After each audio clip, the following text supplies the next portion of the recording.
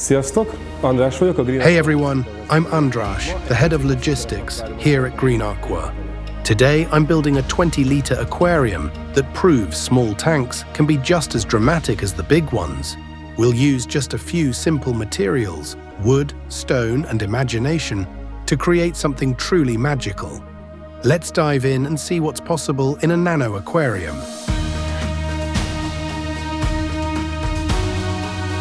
This little 20-litre tank is such a practical size. It fits perfectly on a desk, a shelf, or anywhere around the house. Its dimensions are 36 centimeters wide, 22 centimeters deep, and 26 centimeters tall. I've brought along a few pieces of ironwood and some petrified wood stone. These will be the main materials for today's build. At first, I thought I'd use just a few large pieces to fill the space quickly, but now that I see the glass in front of me, I've changed my mind. I think I'll go for a more detailed layout, built from several smaller pieces instead. In the end, I chose this beautiful piece of ironwood. It has a deep, dark tone and an amazing texture. In such a small aquarium, tiny details make a huge difference. That's really the secret to creating something eye-catching at this scale. And with these nano tanks, it's always important to plan for the lighting, as well as the inflow and outflow pipes that will sit right on the glass edges. These small aquariums are very close to my heart. I've been building miniature setups like this for about 7 or 8 years now, and I still love every single one of them.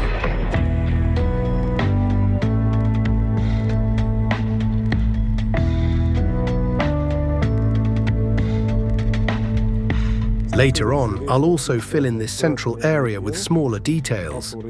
I broke up a piece of petrified wood stone with a hammer. It's a great material because it breaks cleanly and naturally.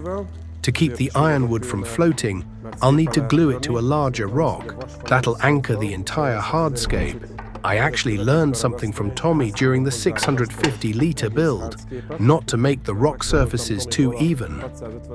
Perfect symmetry looks unnatural, so this time I'll try to apply that lesson here in a real layout.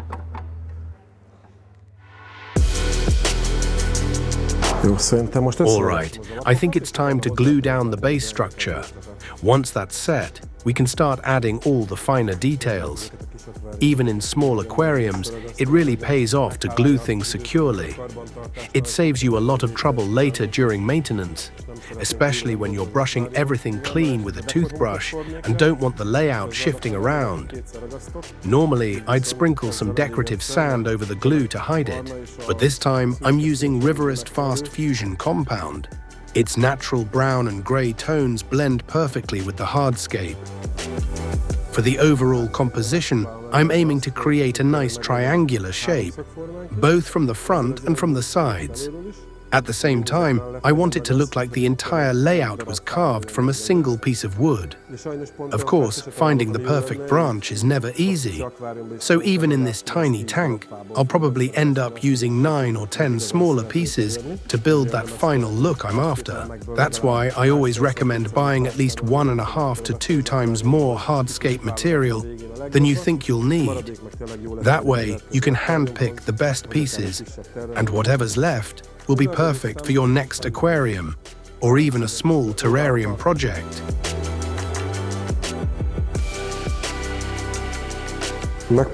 Time to create a small border using these stones. That way, the substrate and the sand won't mix. I'll probably fill some of the larger gaps with fine filter mesh, just to keep everything in place. In the front, I want to use decorative sand, while in the back, I'll go with clay-based soil for the plants. Up front, I'm only planning a very thin layer of sand, almost like a dusting. But in the back, I'll build it up much higher to create that triangular slope along the side. Unfortunately, the vapor from the superglue tends to leave a bit of that white residue on the glass. Wipe it off while it is still easily accessible.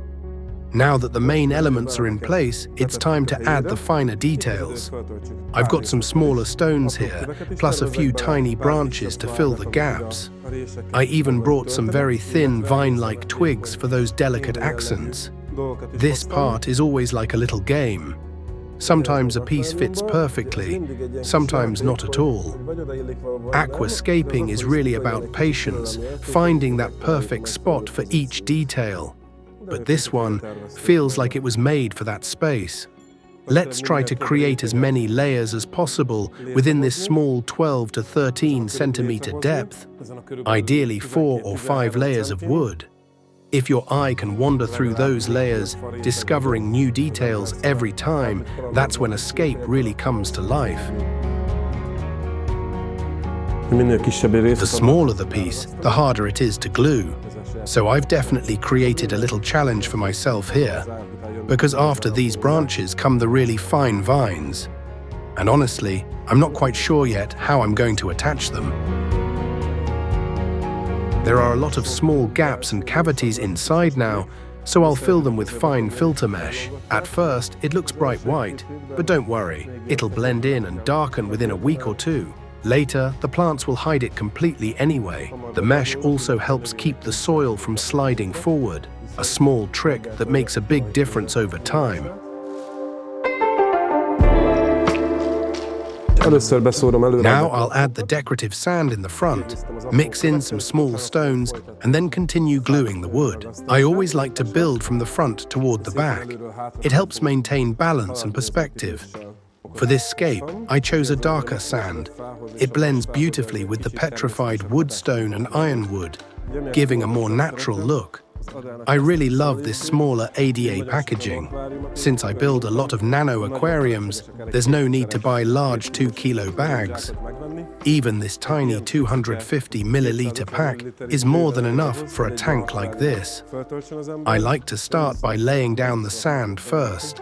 Even a small amount gives a bit of pressure and stability to the background slope, so when I later add soil in the back, it's less likely to slide forward.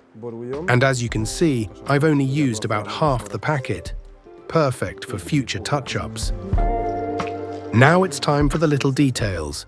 You can find many types of fine gravel out there, but personally I prefer to use stones from the same Hardscape material. That way everything feels cohesive, and the result looks much more natural.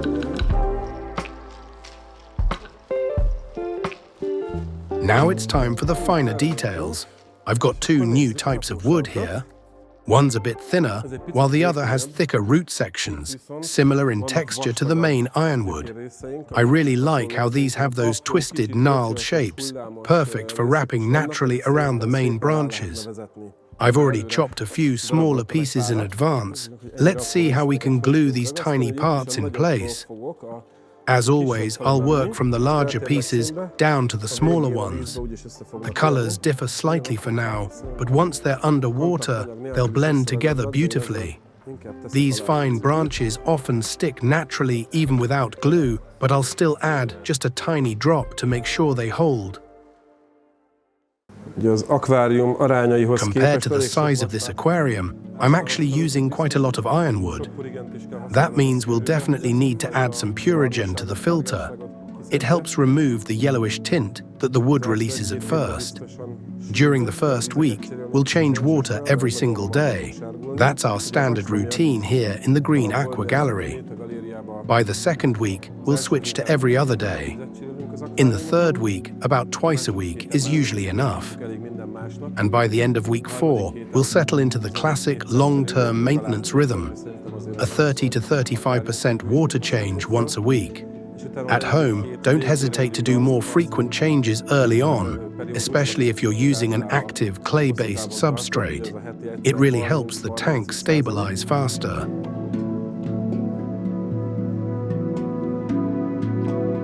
Now that the hardscape is finished, I'll add the substrate in the back and start selecting the plants. For this setup, I chose a fine-grained powder-type soil. In such a small aquarium, you don't need much, and I prefer the smaller grains because they hold shape better. It's easier to form slopes, and the texture suits nano tanks nicely. Because of the triangular layout, I'll only fill this back section with soil. Behind the wood, I'll add just a thin layer, enough to keep the shape from flattening later. Using a small brush, I'll carefully push the soil into all those tiny gaps and spaces, so everything stays neat and stable before we start planting. I love this moment when water first touches the hardscape. That's when it finally reveals its true colors. You can really see how different the shades of wood are, 2, maybe 3 tones altogether. But don't worry, after a few weeks underwater, they'll all blend into one beautiful unified color.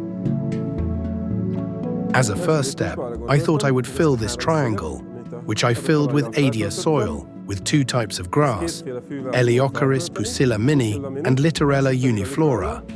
I chose to mix these 2 because they create a much more natural look. I'll begin with the pusilla in the small front areas.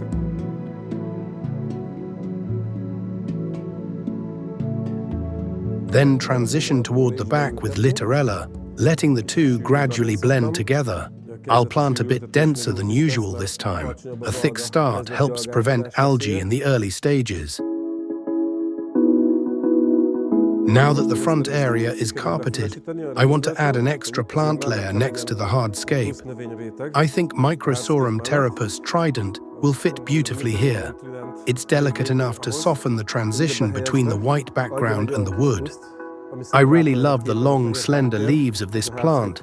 They go perfectly with the structure of the hardscape.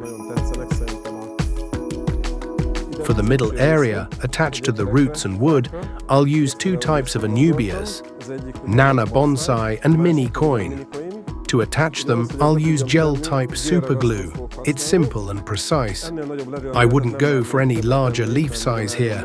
It would ruin the ratios. Actually, I might even trim a few leaves off the Anubias bonsai to keep things in proportion.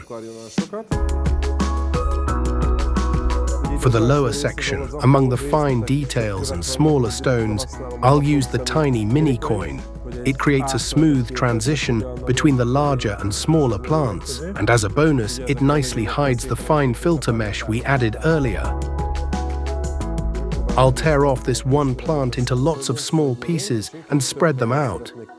That always looks more natural in the end. When it comes to nano aquariums, it's all about working in small doses, little by little. I also want some of the roots to stay visible. In this kind of layout, those roots actually add character rather than taking away from it. Next, I'll attach some Bucephalandra wavy green, mainly around the center and in a few smaller spots. Its leaf shape and color contrast nicely with the Anubias, and over time they'll blend together beautifully. The goal is to use every natural little crack and crevice in the hardscape, because that's where a scape really starts to feel alive. All the planned plants are in, but there are still 2 spots that feel a little empty. In this corner, I'd like to add a plant with slightly larger leaves, something to fill out the space nicely. And on this side, I'll attach another with broader leaves that will just peek out from the top when viewed from the front. That should balance the triangular layout and create a smoother transition between the low grassy area and the taller hardscape section. Let's find 2 more plants. I decided on Anubias barteri Petite. That means we now have 3 different leaf sizes, 3 Anubias varieties, all within this tiny aquarium. I think it's important to mix species in a small tank like this. Instead of buying 5 or 7 pots of the same plant, try using 2 or 3 different varieties. It adds diversity and depth to the overall look. I'll trim the roots of this Anubias Petite a little before placing it. I think this one fits perfectly right here.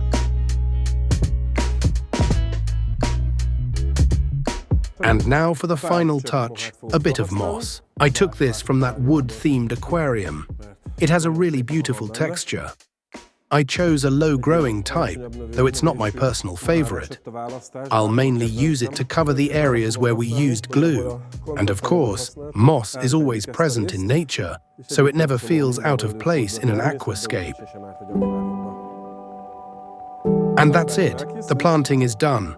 All that's left now is to fill it with water. I hope you already like how it looks, but let's see what happens after a month.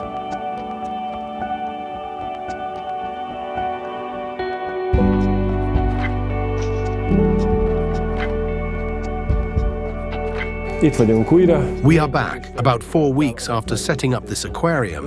And what is the biggest change? Our new little CRS shrimp have moved in. We really love this species. The white and red stripes add such a striking contrast to the layout. They're a bit trickier to keep than regular Neocaridina shrimp. They prefer softer, more stable water.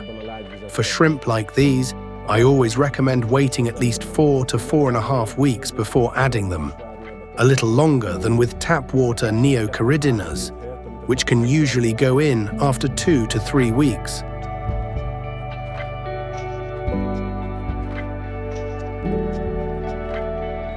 The plants have grown beautifully. Even the carpeting species have filled in nicely. Even though it's not a high-tech light, the plants still received plenty of light to grow well. From a technical point of view, there are a few details worth mentioning. We're using a small poppy glass outflow, one of our favorites for nano setups. It gently breaks up the water flow, creating a calm, subtle ripple on the surface.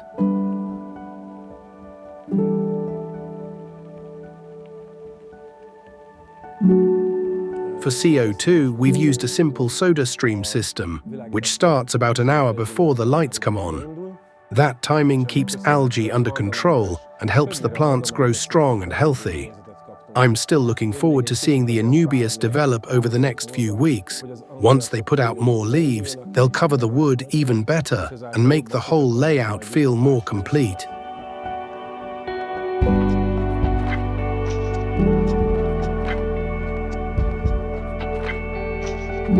Overall, the aquarium has really come together beautifully. All the different shades of wood have blended into a single harmonious tone. And even the sand has taken on that natural brown color. I'm really happy with the color balance. The vivid greens of the plants highlight the deep natural browns perfectly. And the bright red and white shrimp stand out so well against it. The contrast is just stunning. Honestly, I could easily imagine this little aquarium sitting on a bookshelf or on my desk at home, a small living piece of nature.